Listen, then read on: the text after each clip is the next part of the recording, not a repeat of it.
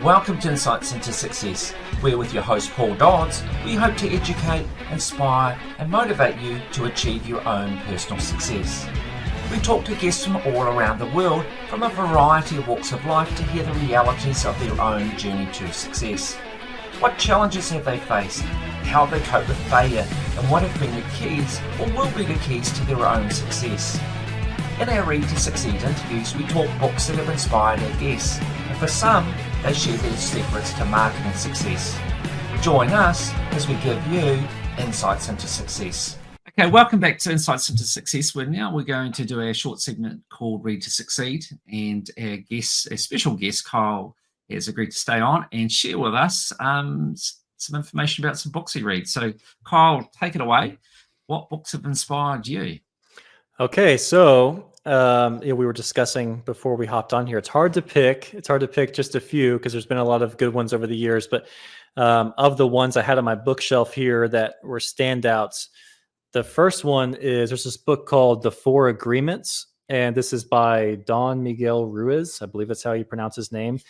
This book is nothing to do with business, really. I would say this is more in the, I guess you could call it like personal development or mindsets, but the four agreements that he writes about are be impeccable with your word, don't take anything personally, don't make assumptions, and always do your best. And those sound like platitudes, but really what this book, what I got from it has been really useful in my life is really just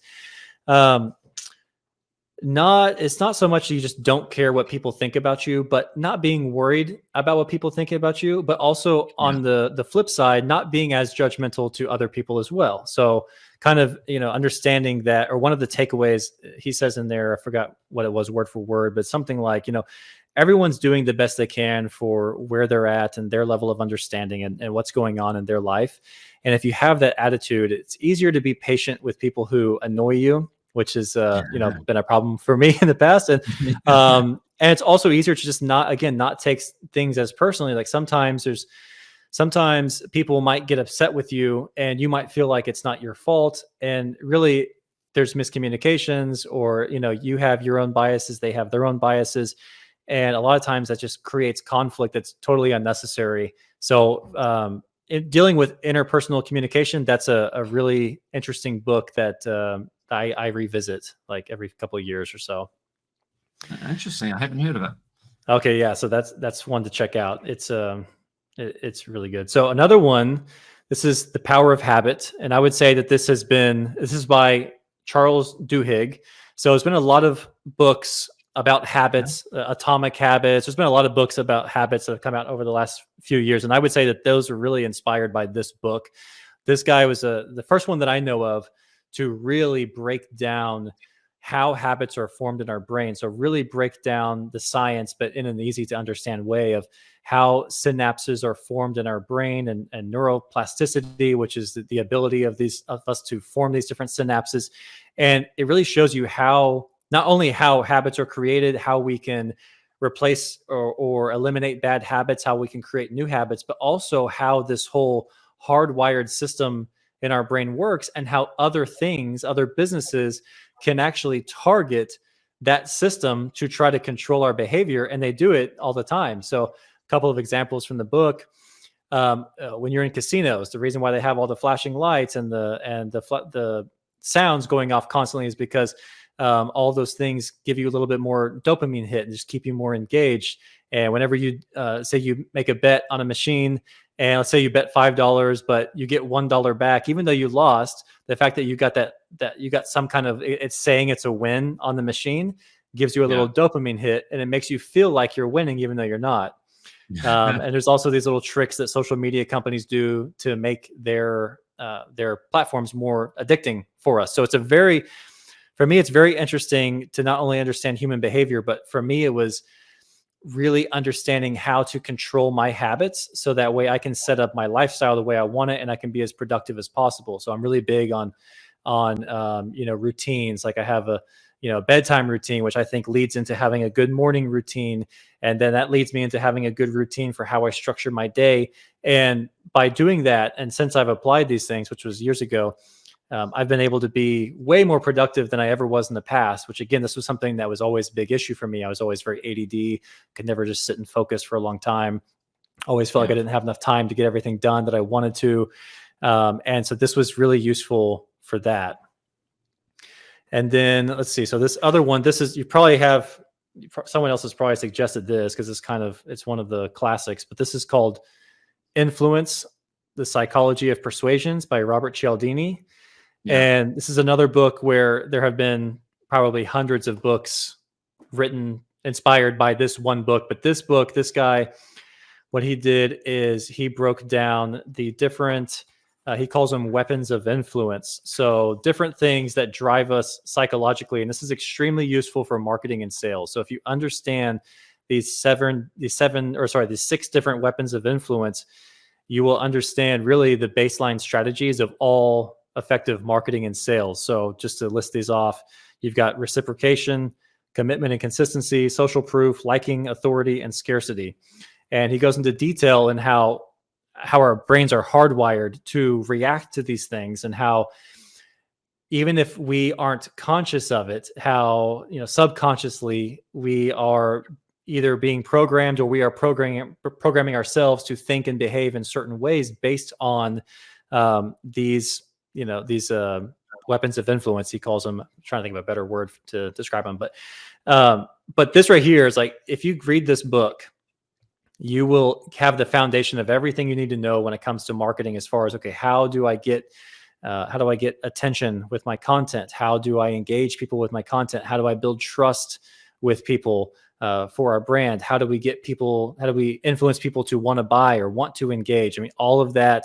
Now, it's not really a business book. It's more of a psychology book, but it's one of those books that is like very well known in business circles, because it's just so highly recommended because of that. And to me, it's a foundation. I don't think it's very step-by-step actionable, but it's, once you go through that book, you are now going to be primed to then go read more specific marketing and sales books and be a lot more effective with the tactical stuff, because you understand the underlying strategy of the psychology behind it. So that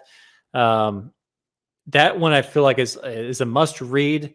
I wouldn't say that book itself is going to have this huge impact on you, but it's a must read, because it's basically, you just need to understand all of those things to really understand marketing and sales at a deeper level. Because to me, marketing is very psychology based. It's a competition for, influencing people as far as how they think and how they react to what you're selling.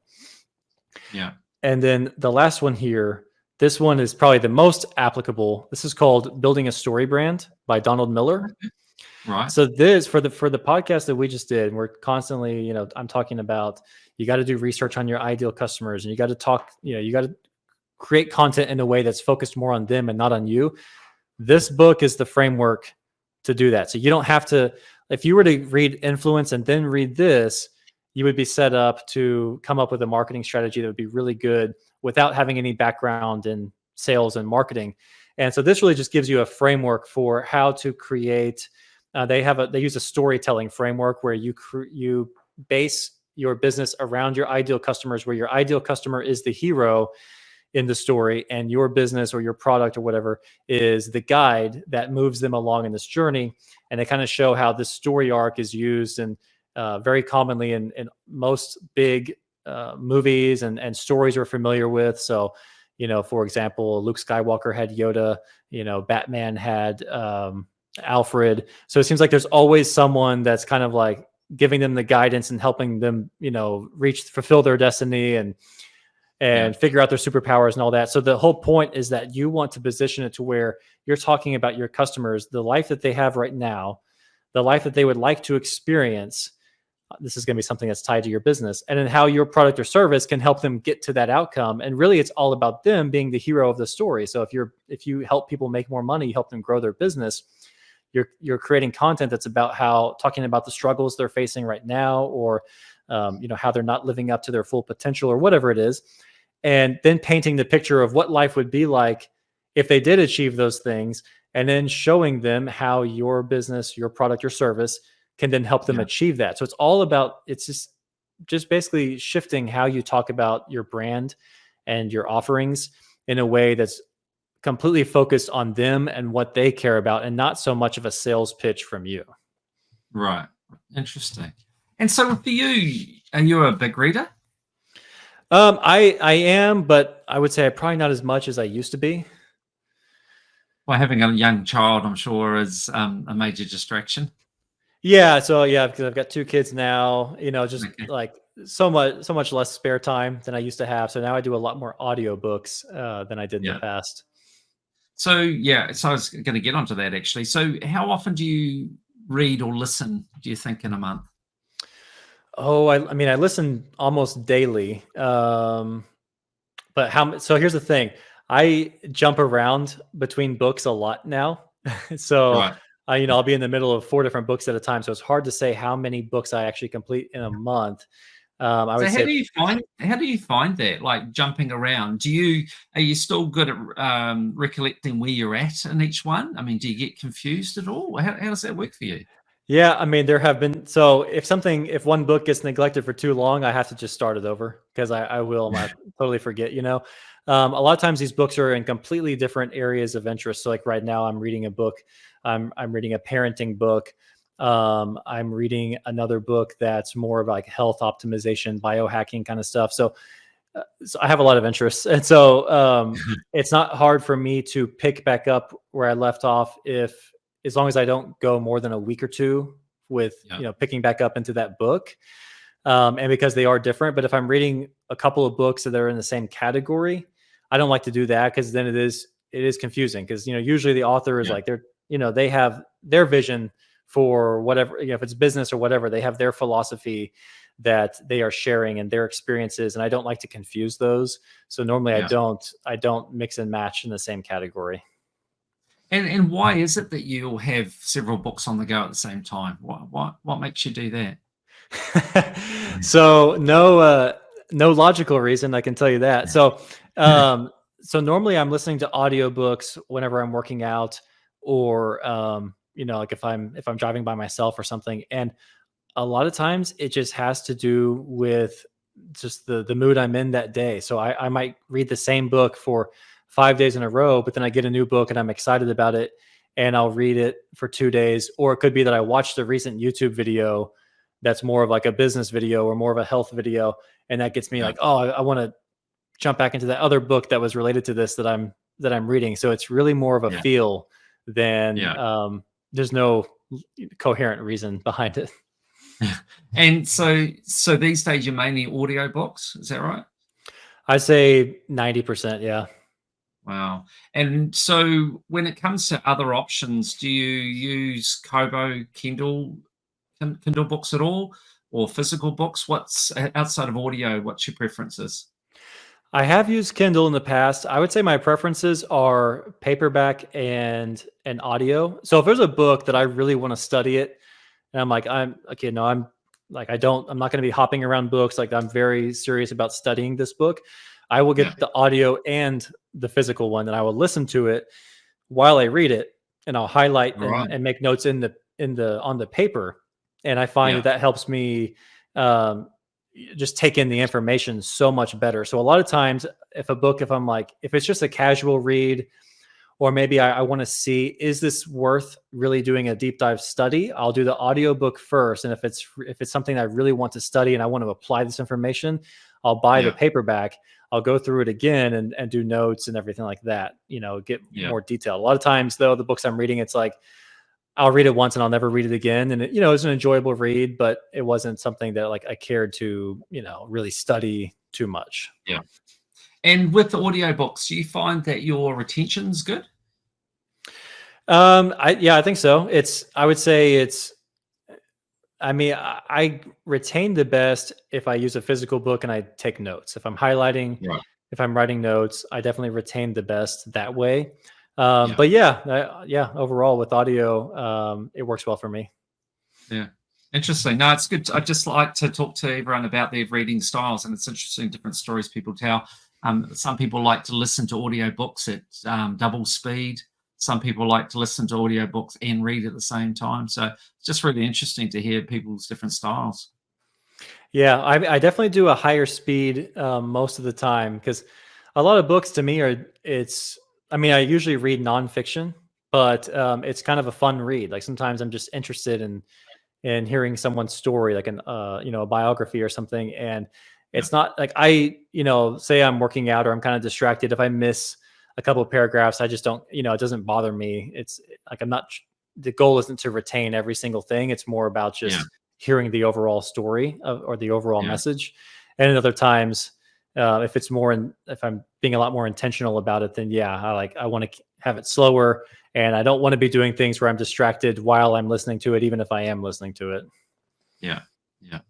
Fantastic. All right. Well, thank you so much, Kyle. Appreciate you agreeing to stay on and sharing with Read to Succeed. So, it's been awesome, and you've got some interesting books.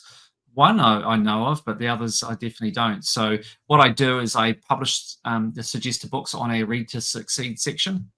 So we've got there a whole heap of different books from all the different guests, which is, I think, kind of cool. So it gives you a real diversity of books that, could form part of your future reading list. So, thank you, Kyle, for sharing. Appreciate it.